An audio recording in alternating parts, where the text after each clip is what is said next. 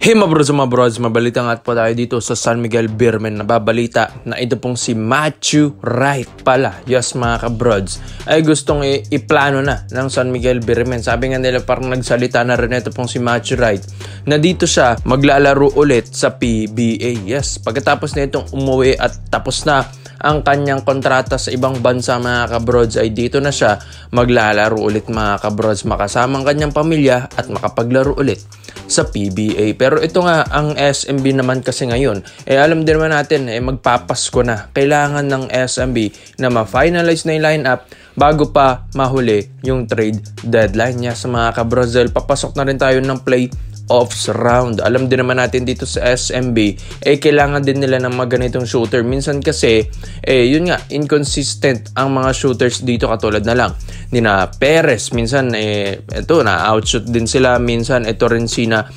Jericho Cruz. Yes, mga kabrods, sina Marcio, nararamdaman na rin na past prime na nila ito. And yung ibang shooters dito mga kabrods, inconsistent na rin. Kahit sabihin natin na ang SMB ay nasa top 5 natin ng standings, syempre, iba pa rin pag meron kang Matthew Wright. Yes mga kabrods, pinag-aagawan nga ngayon ito pong si Matthew Wright dahil hinahabol rin nila dun sa trade deadline natin mga kabrods. Ito ba namang si Matthew Wright, kaya pumukol ng tres, one of the best shooter dito sa PBA, at talagang nag-improve ang shooting nito dyan sa Japan B-League mga kabrods. Mas naging leader, mas naging shooter, and yun, na-involve yung kanyang teammates, and mga kabrods, talagang nabuo yung kanyang leadership dyan habang ito yung nagdadala ng koponan mga kabrods. Kung ang Japan B-League nga binubuhat niya yung koponan doon, paano pa dito sa PBA mga kabrods? Kaya malaking bagay kung makuha ng SMB ito pong si Matthew Wright, lalong-lalo na't pinupush na ito ni na Chris Ross and yung coaching staff at management ng SMB, yung pagbabalik dito ni Matthew Wright. Yes mga kabrods, yung rights niyan nasa Phoenix pa. So hindi lang naman si Matthew Wright, maski ito pong si Jamie Malonzo. Yes, alam din naman natin si Malonzo, kakabalik lang din naman dito sa sa Gilas Pilipinas din natin, sa games ng Gilas Pilipinas.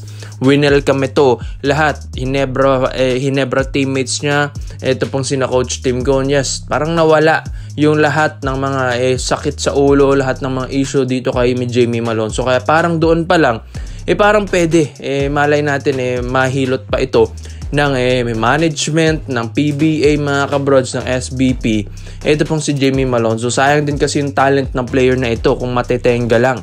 Kung di man ito fit sa ibang bansa, mas fit naman ito sa PBA. Kaya ang San Miguel Beermen ngayon mga kabrods ay gusto nilang makuha ito pong si Jamie Malonzo. Yes, kung ang Hinebra hindi nila ma-workout, ito pong si Jamie Malonzo, well, ang SMB daw ang sasalo dito. Ang SMB ang maglalakad ng issue neto ni Jamie Malonzo at ang kanyang kalagayan ngayon para nga makuha nila ito. Big fish nga daw kung makuha nila si Malonzo. Dito kasi sa Kyoto Hanaris, hindi pa nila alam yung galawan ni Jamie. Hindi pa nila alam paano gamitin, hindi pa nila alam paano i-maximize yung talent nito. Samantala sa ISMB, lalong-lalo na ito pong si Coach Leo Ostereng na ilang taon na rin niyang nakakalaban na ito pong si Jamie Malonzo, mas gusto nga daw nila ito maging kakampi dahil sakit sa ulo nga daw ito pag naging kalaban nila. Kaya mga kabrods, pinupush through na ito ni na Chris Ross, lalong-lalo na yan si Chris Ross mga kabrods, yung assistant coach ngayon ng SMB, playing assistant coach mga kabrods, talagang tropang-tropa niya ito pong si Jamie Malonzo. Gusto niyang tulungan, gusto niyang i-push, para rin naman ito para sa SMB mga kabrods, at para rin naman kay Jamie Malonzo. Kumbaga win-win situation ang mangyayari dito mga kabrods. Kung ayaw ng Hinebra, SMB ang maglalakad dito. Kaya ikaw mga kabrods, komenta mo lang ang opinion mo dito. Ito yung mga mabibigat na plano ngayon ng SMB para mas lumakas pa sila. Kunin nila si Matthew Wright and si Jamie Malonzo. Kaya komenta mo lang ang opinion mo dito mga brods, at isa-isa natin yan. Brods, Mo Tautua. Yes, alam din naman natin na nasa SMB ito, pero hindi nyo rin alam mga kabrods na gustong ilipat din ito ni Boss Al Francis Chua dito po sa Barangay Hinebra San Miguel. Yes, totoo yan mga kabrods. Ito pong Barangay Hinebra, pilay-pilay nga sa big man position. At tapos yung mga wings pa nawala. 5 players na magagaling nawala sa Barangay Hinebra San Miguel. Tenorio Pesumal, Aljun Mariano, Jamie Malonzo, and Maverick Cami. Si biruin nyo yan, nawala sa Hinebra. Tapos wala nang sagot na naman ng Hinebra. 3 years na silang di nagcha-champion, tapos ganito pa yung nangyayari sa kanila. Kaya nga ito pong si Mo Tautua na imbis nga daw na parang umiinit yung upuan niya, umiinit yung pet na lang niya dyan sa SMB, why not ito yung gamitin ni Coach Tim Cone dito sa Barangay Nebra San Miguel. Yes, dahil sa SMB, meron naman na silang Junmar Fajardo, may Brondial pa sila mga kabrods, may mga bigs din sila na magagaling din dyan, mga practice player na magaling din mga kabrods. Kaya dito sa SMB, wala ka nang ihingilin pa. Ito pong si Mau Tautua, kumbaga, pang additional na lang ito, pang dagdag sa lineup na lang ito sa SMB Kaya dito, imbis na mabangko siya dyan, dito na lang sa Barangay Nebra San Miguel nga daw ilalagay na Boss Al via 3-team trade, ito pong si Mau Tautua. Yes, mga kabrods, dito sa Barangay Nebra San Miguel, kailangan nila ng big man na katulad ni Mau Tautua. Totoo yan mga kabrods, dahil lang Hinebra, sa pagpasok natin ng playoffs round ngayong ipaparating na December, mga kabrods, November na, bilis lang ng araw na to. Tapos pagdating ng playoffs round, baka malaglag pang Hinebra dahil alanganin pa yung standing nila. Kaya kailangan palakasin lalo yung lineup ng Barangay Nebra San Miguel. Kunin nila si Mau Tautua. Kayang-kayang pumukol ng tres. Ang ganda pa ng footwork sa ilalim. 6'8" pa na big man. Matigas-tigas. Parang import din. Ang laking may itutulong nito ni Mau Tautua sa Barangay Nebra San Miguel. Ang laking tulong dito para kay Japet Aguilar and Jetroy Rosario. So hindi lang naman si Mau Tautua ang isa sa mga gustong kunin ng Hinebra. And ito, gusto na nga rin nilang ibalik. Ito pong si Christian Stonoringer. Yes, ito pong si Stan, si Bulldozer. Yan nga, yung pinaka-isa talaga sa mga project ngayon ng Hinebra na ibalik dito sa lineup nila. Bali-bali at reports na ito pong si Stan ay balik loob na rin sa basketball.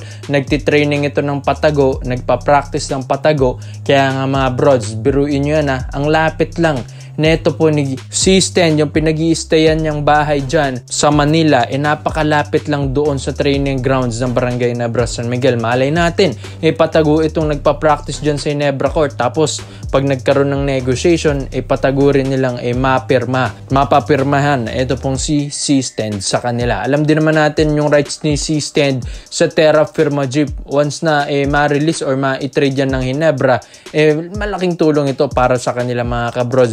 Gawan ng Hinebra yan, offeran ng Hinebra yan under the table para nga makuha ito pong si Bulldozer Christian Stonoringer. Medyo kailangan rin kasi ng Hinebra yan ito pong si Stan, kahit sabihin natin na may mga past na alitan yan, kapag kailangan mo na yung player, kailangan kunin mo na mga kabrods, kasi baka malaglag pa. Pero 3 years nang hindi nagcha-champion ng Hinebra, tapos malalaglag pa sila, tapos ganito may nangyayari sa team nila, sa lineup nila, nagkalagas-lagas pa. Kailangan nilang kunin ito pong si Stan habang maaga pa, dahil baka malaglag pang Barangay Nebra San Miguel pagdating ng playoffs round mga kabrods. Kaya malaking tulong kung makuha nila si Stan, dahil dami na rin kampyonatong naiambag nito ni Stan sa Hinebra, at alam na rin ni Coach Tim Cone kung paano gamitin si Stonoringer, and alam na rin ni Stan ni Bulldozer kung paano pa championin ng Barangay Nebra San Miguel. Kaya ikaw mga brods, sa tingin nyo ba si Stan plus Mau Tautua para sa Barangay Nebra San Miguel, ito na ba yung magbabago at makakapag-champion para sa Barangay Nebra San Miguel? Dalawang magigiting na big man na to Kaya komento mo lang po dyan mga brods, at iisa-isa natin yan. Salamat po sa panonood mga brods. This is Kings Basketball Trade Hoops. Yun lang, I'm out.